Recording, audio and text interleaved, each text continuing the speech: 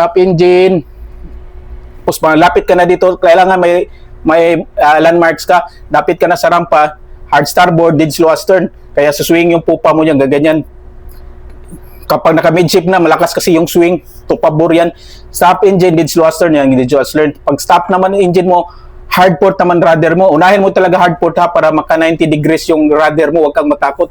Swing na yan, pivot na yan, yan ang mahirap na. Pag swing na yan, approach ka from 90 degrees, 45 degrees, naging 90 degrees naman. Ikot naman tayo ng 180 degrees.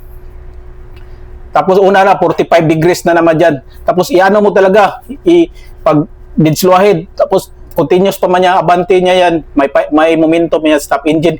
I-hard starboard mo yung rudder mo para hindi ka lalong itapo ng hangin palayo. Hard starboard. Tapos kapag malapit ka na dito, maabim ka na sa bow stop mo, standby ka na sa angkla mo, na ihulog yung angkla.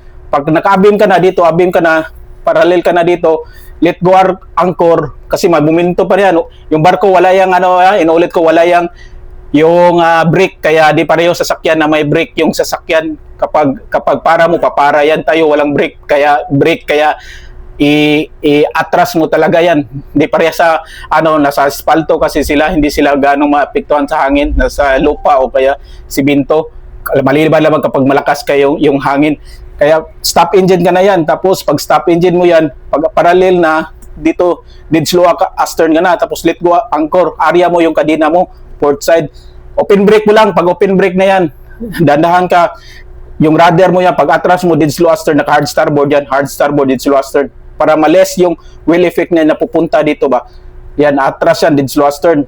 Stop engine ka, may patay na salida. Tingnan mo, abim 90 degrees dito. Tingnan mo din dito, 180 degrees dito. Pag patay na salida, hard port ka na naman, stop engine, hard port. Pag hard port mo, pitik ka lang ng ahead para swing yung proa mo papuntang pabor. Kick lang. Dead slow ahead, hard port, ganyan yan. Ano mo talaga kasi tinutulak ka ng hangin yan. Kapag hindi ka mag-hard port, ibalik ka sa pantalan. Iba-iba yung diskarte natin ha. Kanya-kanyang diskarte yan. Pero ito yung actual na diskarte namin. Hard port yan. Pag hard port, dead slow ahead, stop engine naman. Pag stop engine mo yan, papay-boot na yan siya. Pupa mo papuntang pantalan, proa mo pabuka. I-hard starboard ulit yung rudder mo. Dead slow astern ka naman. Naka-ready na yung rudder mo, naka-hard starboard para pag malapit na kick ka ng ahead yan. Dead slow astern, pag dead slow astern yan, tagdag. Open brake lang ha, para bakit tayo mag-open brake? Para makadikit tayo sa pantalan. Tagdag, pag 30 meters, 20 meters, 10 meters, kaya na sa giya, tapon mo na yan. Pag tapon mo, kick ahead ka lamang, 10 meters na lang, 5 meters kick ahead, hard starboard yan, swing ka na, pivot yan. Pag pivot na yan, dyan, kaya naman makabot ng giya siya, tapon mo na giya. Tapos i-open mo lang, unahin mo na yung spring line. Tapos dito, open brake mo lang yung kadena. Dito yung kadena, open brake mo lang. Kapag kusog, malakas yung paling pag hard port mo, malapit ka na mabanggas pantalan, i-hold on mo yung kadena para hindi siya ganyan. Bigyan mo ng spring line, headline, stern line, hanggang makadikit ng barko.